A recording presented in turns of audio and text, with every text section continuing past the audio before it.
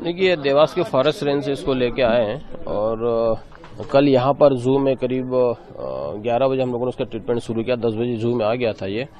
और जो प्राइमरी जो सिम्टम इसके नोटिस में आए वो कहीं न कहीं न्यूरोलॉजिकल डिसऑर्डर इसको नोटिस में आ रहा है। और ये न्यूरोलॉजिकल डिसऑर्डर के बहुत सारे फैक्टर हो सकते हैं। या तो रेबीज का डम फॉर्म भी हो सकता है और दूसरा कैनाइन डिस्टेम्पर वायरस का इन्फेक्शन भी हो सकता है, जिसमें दोनों में न्यूरोलॉजिकल सिम्टम नोटिस में आते हैं।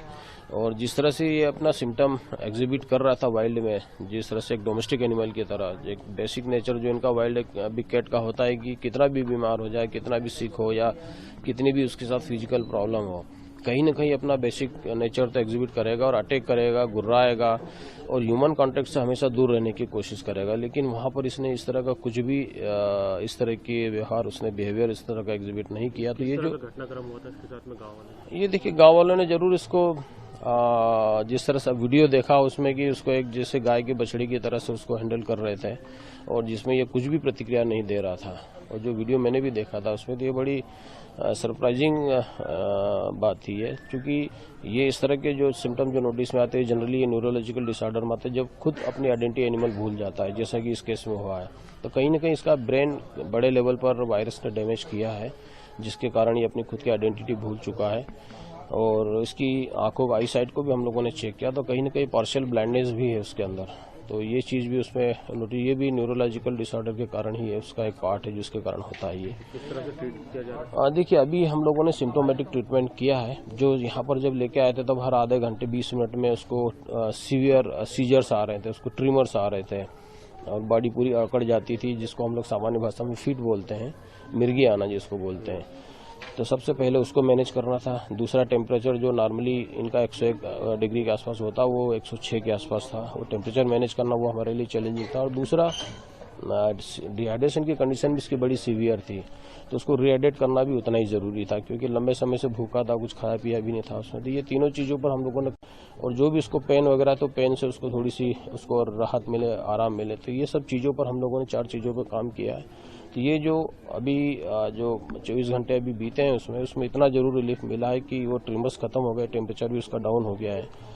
और चूंकि देखना था अभी भी उसके लिए संभव नहीं, आंखें बंद है उसकी और थोड़ा सा तकलीफ में है अभी भी वो, लेकिन हालत उसकी क्रिटिकल है। हम लोग सेफ नहीं बोल सकते, क्योंकि ये जब तक कि हमारी जो जबलपुर की वाइल्ड लाइफ फोरेंसिक लैब जो आज आ रही है सैंपल कलेक्शन के लिए, वो सारे सैंपल कलेक्ट करेगी और सैंपल कलेक्शन के बाद फिर फाइंडिंग उसकी जो भी लैब फाइंडिंग आएगी उसके बाद हम लोग लाइन ऑफ ट्रीटमेंट सेट करेंगे। उसके बाद फिर आगे की लाइन ऑफ ट्रीटमेंट तय करेंगे। सर, उम्र क्या होगी और सर इसकी सामान्य स्थिति में कहानी कब तक? देखिए, अभी जो उसकी एज है, उसकी एज करीब 10 के आसपास की, 10 साल के आसपास एज लग रही है।